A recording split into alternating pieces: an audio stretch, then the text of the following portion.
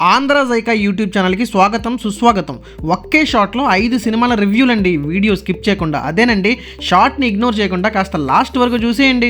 సుత్తి లేకుండా సింపుల్గా తేల్చేద్దాం, టైం వేస్ట్ లేకుండా. మన మీమ్స్ మౌలీ భయ్య లిటిల్ హార్ట్స్ మూవీతో మొదలెడదాం. ఫ్రాంక్గా చెప్పాలంటే చాలా రోజుల తర్వాత మనస్ఫూర్తిగా నవ్వుకున్నాను భయ్య.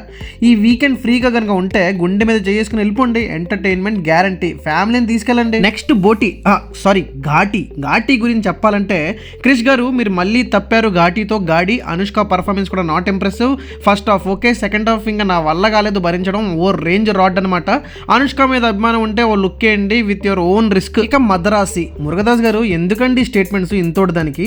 తుపాకీ సినిమాని తిప్పి మళ్ళీ తీశారండి బాబు మీరు.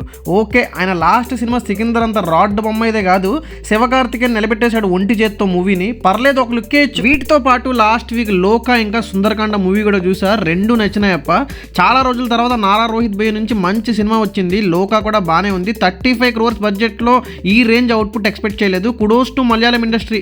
అది సంగతి. ఒక్క దెబ్బకి 5 పెట్లు. అదేనండి 5 సినిమాల రివ్యూలు.